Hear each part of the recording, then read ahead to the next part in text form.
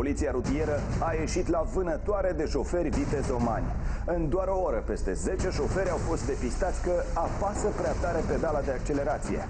Amenzile au curs cu duiumul: 3.000 de lei pentru conducerea mașinii fără permis, 600 de lei și 3 puncte de penalizare pentru depășirea limitei de viteză și 200 de lei pentru geamuri umbrite.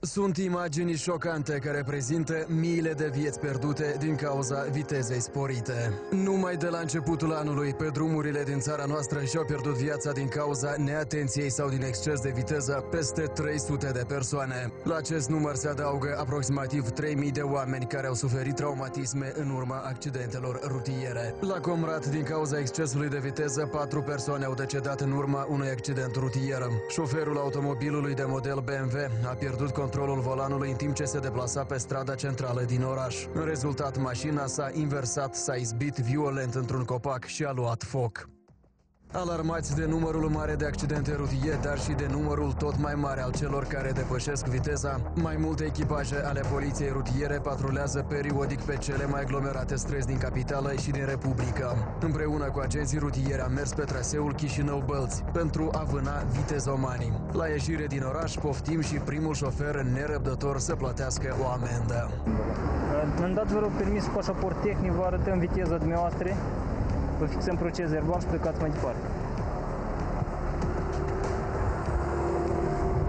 Pe lângă faptul că acest șofer depășește limita de viteză permisă prin localitate, acesta conduce mașina deja de 2 ani fără permis de conducere. În 2010, agenții de circulație l-au stopat fiind beat la volan.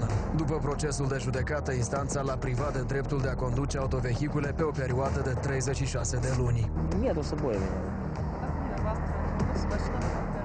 Маша, забыл дома. Давай, пускай он с правами сядет за руль и все, что ты. Până acum trebuie să urci șoferul. Ați fost stopat, sunteți... Уже вас зафиксировали насчет скорости.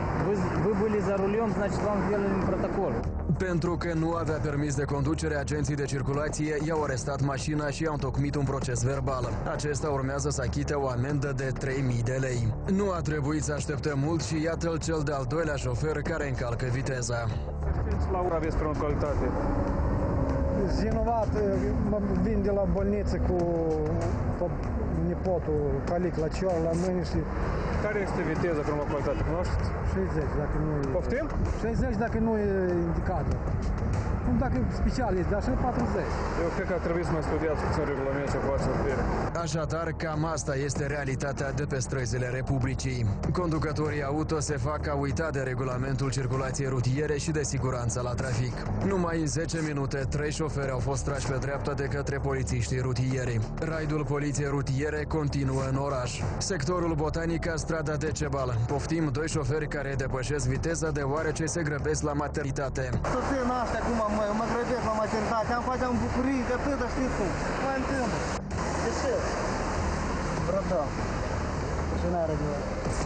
Unul din ei e fost polițist. Eu cunosc, am lucrat în serviciu, da. Asta e, gata, mă nu mai lucrăm. Stat așa e. Ați fost polițist, da? Sigur.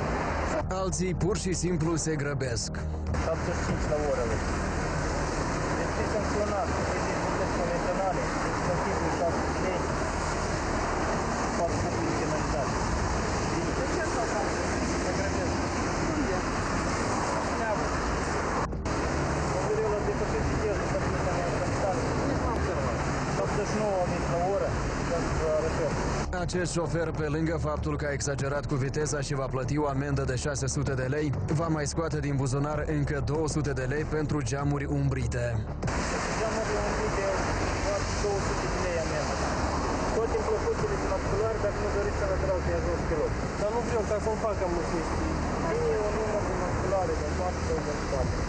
Dacă în trecut pentru astfel de încălcare șoferii se alegeau cu suspendarea permisului de conducere, în prezent aceeași încălcare se penalizează cu o amendă usturătoare și cu câteva puncte de penalizare. Totuși, șoferii sunt obligați să tragă concluziile de rigoare, pentru că în asemenea cazuri au doar două opțiuni: fie duc viteza, fie riscă să-și pună viața în pericol.